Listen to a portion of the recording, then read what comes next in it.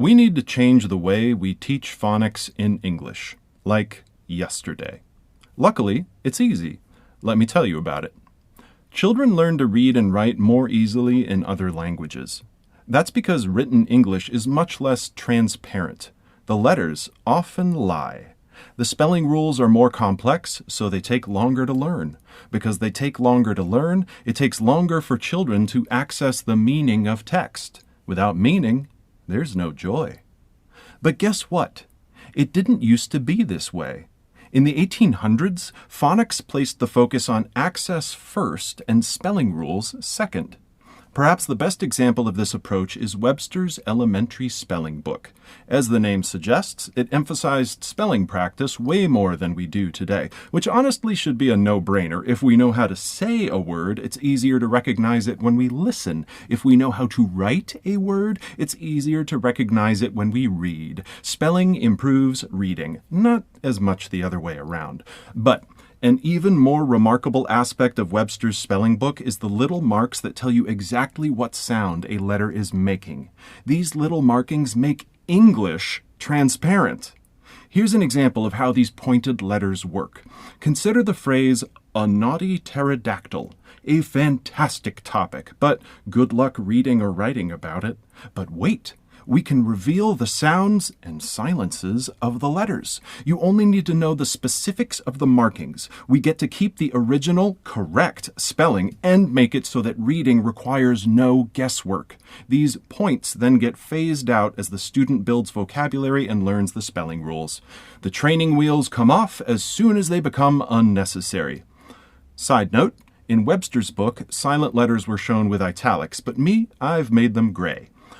Don't get me wrong. This is not a replacement for the way we teach phonics.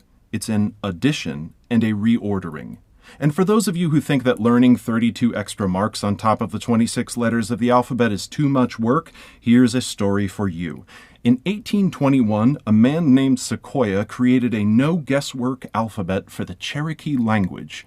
It had 85 characters, and people of all ages learned it with astonishing speed. Within 5 years, the Cherokee people had gone from having no written language, 0, to boasting literacy levels higher than any group in the region. Who knows? It might even be where Webster got the idea for pointed spelling.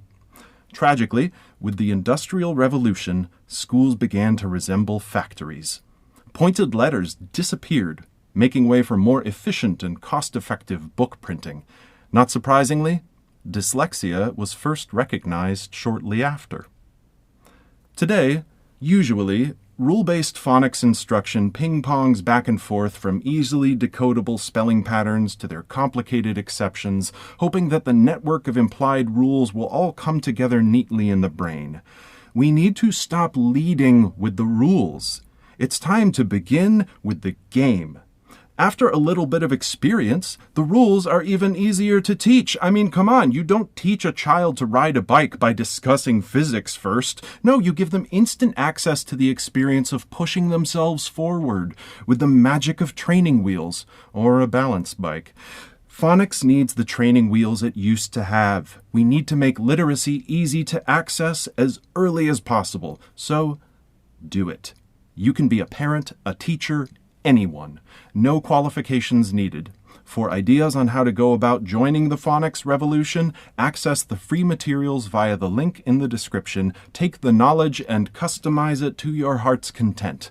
Do it today. You don't need to wait for shipping. Access to written language is the point of literacy instruction, my friends. Access is the point.